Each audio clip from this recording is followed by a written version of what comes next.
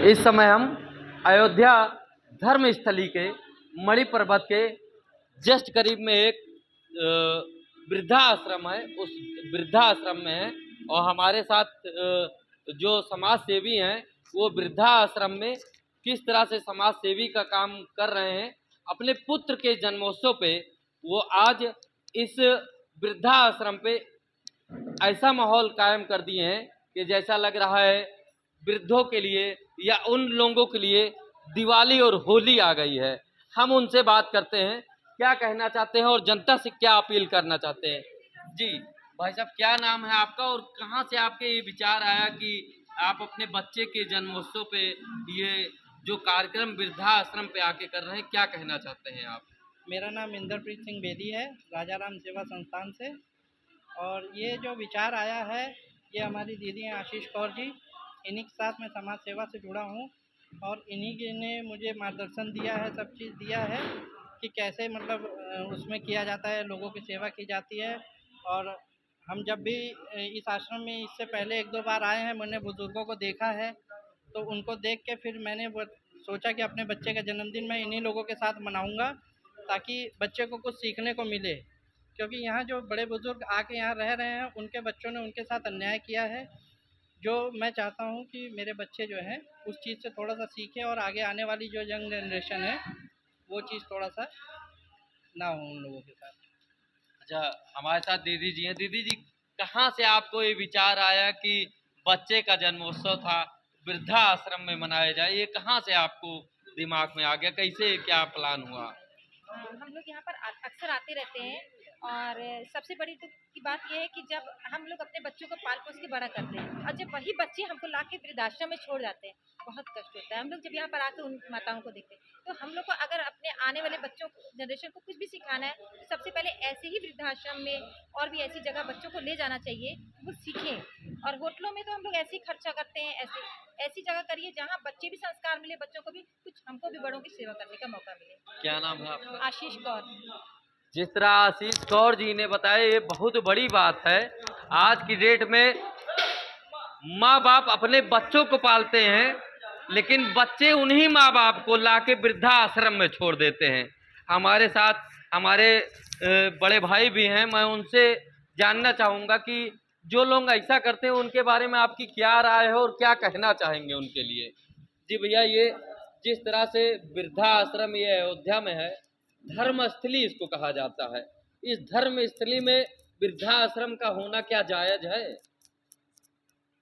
आज इंद्रप्रीत सिंह बड़े भैया बेदी के बच्चे का जन्मदिन था। उन्होंने इस जन्मदिन को वृद्धाश्रम में मनाने का एक संदेश दिया है और ये चीज़ बच्चों के साथ यहाँ पे ये करके देना चाहें, बच्चे जब बड़े हो जाएं तो बच्चे वृद्धा माँ बाप को घर में रखें, पालें। क्योंकि जब एक माँ बाप अपने बच्चे के लिए कितना त्याग करते हैं, उनके शिक्षा के लिए, पढ़ाई के लिए, लेकिन वही बच्चे जब पढ़ लिख के बड़े हो जाते हैं तो माँ बाप उनसे पाले नहीं जाते हैं। वो उनके सुख दुख में सहयोग करने के बजाय उनको ला करके यहाँ पे छोड़ देते हैं। हमारा समाज जब अनपढ़ हुआ करता था तो वृद्धाश्रम हमारे यहाँ नहीं होते थे, लेकिन आज की आधुनिकता के युग में हर कोई पढ़ा लिखा है, पढ़े लिखे लोग जो है माँ बाप को ला करके वृद्धाश्रम में छोड़ देते हैं। ये हम कौन सा समाज हम बना रहे हैं? क्या नाम है भैया आपका? मोहम्मद अहद, उत्तर प्रदेश पुलिस। पूरा नाम फिर से एक बार। मोहम्मद अहद, उत्तर प्रदेश पुलिस। तो जिस तरह से हम भैया के नाम तो पूरा नहीं ले पाएंगे, थोड़ा कठिन नाम है, लेकिन मोहम्मद जी और उत्तर प्रदेश पुलिस से रिलेटिव रखते हैं, इतना मुझको जानकारी मिली है।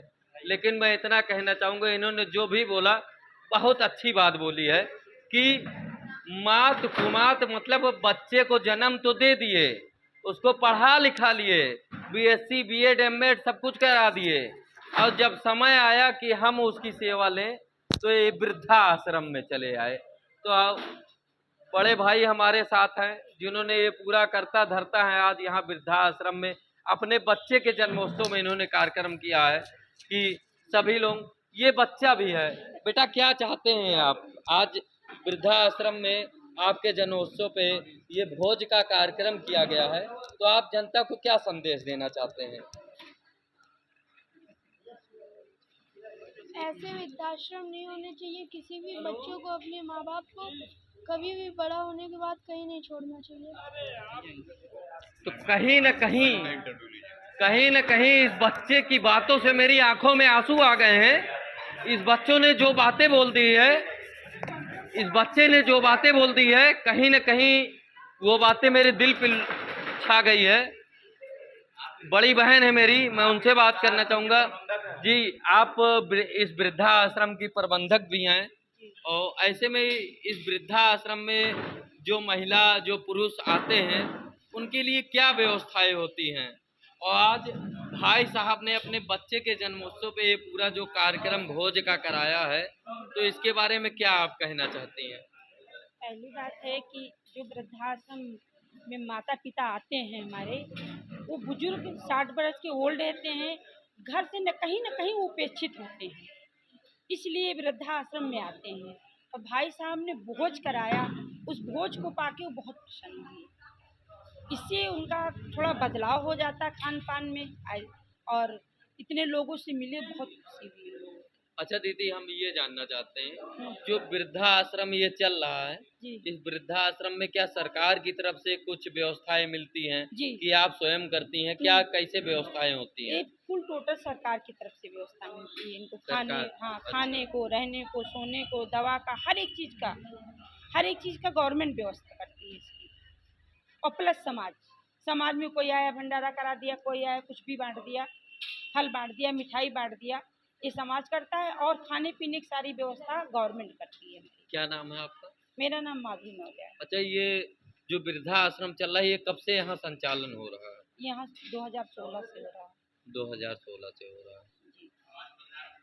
तो आपको क्या लगता है, ये धर्म स्थली है, अयोध्या है, हाँ। तो यहाँ पे क्या वृद्धाश्रम होना चाहिए? आपके हिसाब से क्या लगता है? आप तो व्यवस्थापक हैं, कर्ता धर्ता हैं यहाँ की।